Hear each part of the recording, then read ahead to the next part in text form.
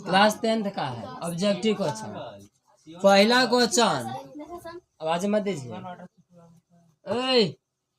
पहला क्वेश्चन कराएगी 0 से लेकर 50 के बीच कुल कितने विषम संख्या है। 0 से लेकर के 50 तक। हम जानेंगे कि 0 से लेकर के 50 तक कब ढूंढेंगे। तो ढूंढने से पहले हम जानेंगे विषम संख्या किसे कहते हैं। जो संख्याएं क्या होता है, जो संख्याएं 2 से पूरी तरह विभाज्य, जैसे में 1, 3, 5, 7 डॉट डॉट अनंत चले जाएंगे। अब इसे 0 से लेकर 50 तक संख्या को हमें समय काफी लग जाएगा। समय काफी लगने की वजह से हमारा शॉर्टकट तरीका क्या आता है कि अंतिम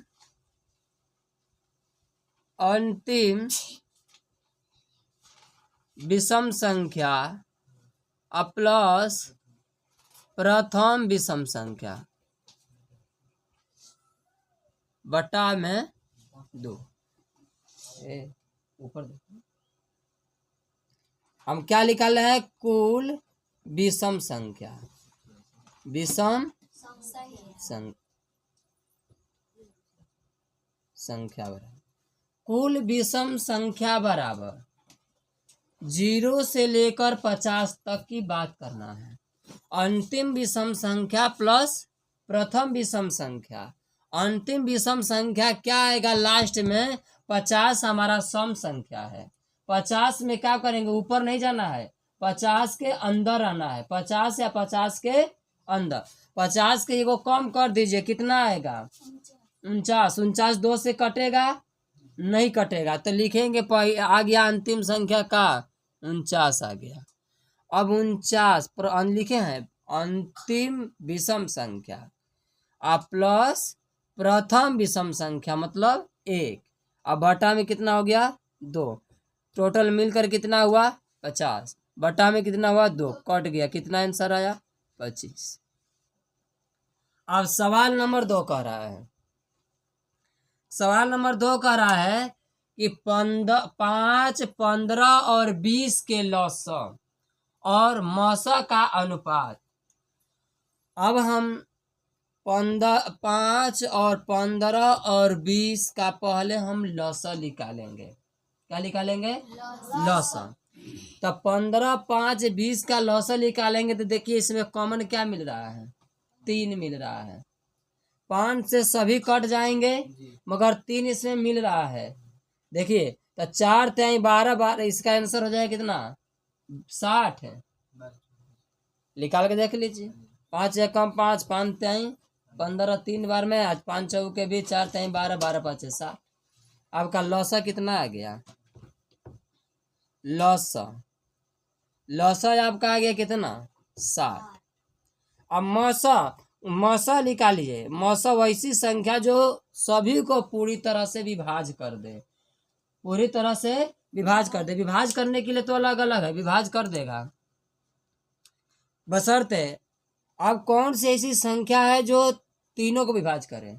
वो संख्या तीनों में से हमें लेना है, तो वो संख्या हमारा क्या है 5। या बाहर से कोई ऐसी संख्या भी नहीं है और इसी के अंदर से मिल रहा है 5, 5 से हम कटा देंगे तो इसका मौसा क्या आ गया 5। अब कह रहा है कि लौसा और मौसा, पहले हम लिखेंगे लौसा अनुपात मौसा। लौसा आ गया 60 और मौसा आ गया 5, कट गया कितने बार में 12। इसका आंसर क्या आएगा 12। अब इसी को घुमाकर पूछा होता मौसा अनुपात लौसा। अब क्या करते हैं हम, पहले मौसा को रखेंगे, बाद में मौसा कितना आया 5। लौसा कितना है 7। अब ये कट गया तो कितना बचा 1:12। यही आपका रेशियो बचा। रोक दिए प्रश्न। चलिए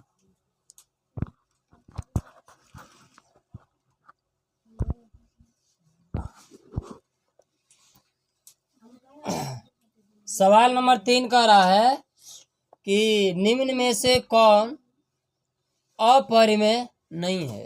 अपरिमेय नहीं है, अपरिमेय नहीं है तो मतलब क्या आता है, दो ये चीज आता है, एगो परिमेय और एगो अपरिमेय। तो अपरिमेय संख्या भी पढ़ा दिया हूँ और परिमेय।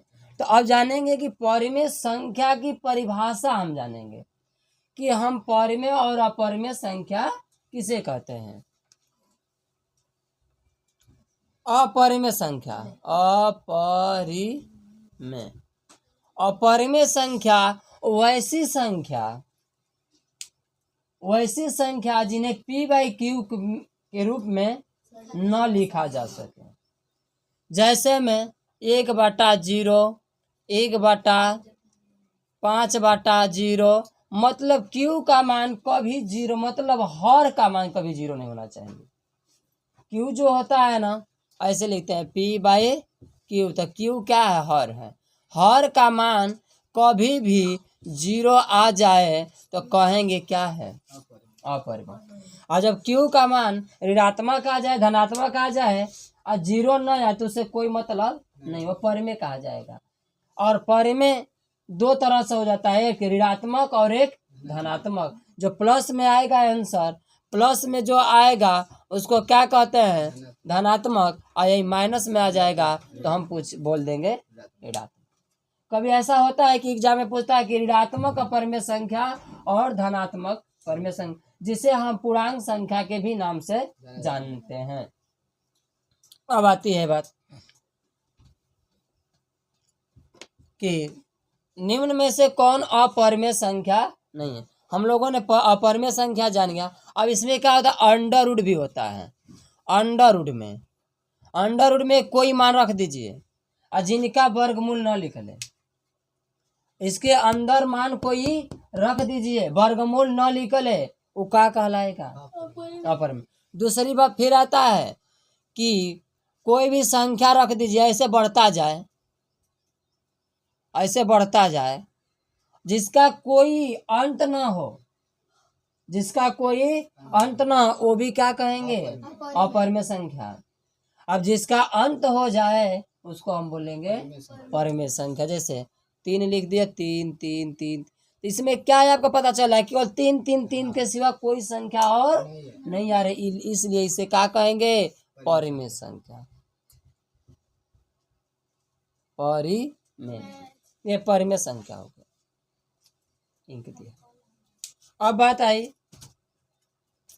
कि इन निम्न में से कौन अपरिमेय संख्या नहीं है। तो अब देखेंगे 10 का वर्गमूल हो जाएगा, नहीं। 24 का वर्गमूल होगा, नहीं। 35 का वर्गमूल होगा, नहीं। मगर ये सभी तीनों जो हैं अपरिमेय संख्या है। इसमें कह रहा है कि अपरिमेय संख्या नहीं है, मतलब परिमेय संख्या है। तो हमारा निकल कर आ गया क्या, अंडर रूट 121 का वर्गमूल होता है। यही आपका क्या हुआ आंसर। दूसरी चौथा संख्या, क्वेश्चन नंबर 4 करा कि दो संख्याओं ए और बी, पहली संख्या मान लीजिए, पहली संख्या ए, दूसरी संख्या 18, और लसा कितना आ गया, लसा हमारा 36, अब मौसा भी दिया है, मौसा कितना आ गया 2। हमारा सूत्र होता है, देखिए पहली संख्या नहीं दिया हुआ है, पहली संख्या का नाम ए दिया है। क्या दिया है, ए दिया है। हम मान लेते हैं कि पहली संख्या का मान ए है, कैसे इसमें लिखा नहीं कि पहली संख्या। तो नियम होता है कि जब दो संख्याओं का पूछे, दो संख्या कह दे, तो एगो पहला होता है, एगो दूसरा। और 3 संख्या कह तो पहला, दूसरा, तीसरा। तो अब जानेंगे कि पहली संख्या बराबर सूत्र होता है बेटा, पहली संख्या बराबर लस गुणे मस बटा में क्या लिखेंगे? दूसरी संख्या, दूसरी संख्या। अब क्या हुआ? पहली संख्या बराबर लस गुणे मस बटा में दूसरी संख्या। लस का मान कितना है? लस 36 और मस कितना है? 2 बटा में कितना आ गया हमारा? दूसरी संख्या 18। 18 दूना के 2 दूना के आपका यही आंसर आ जाएगा।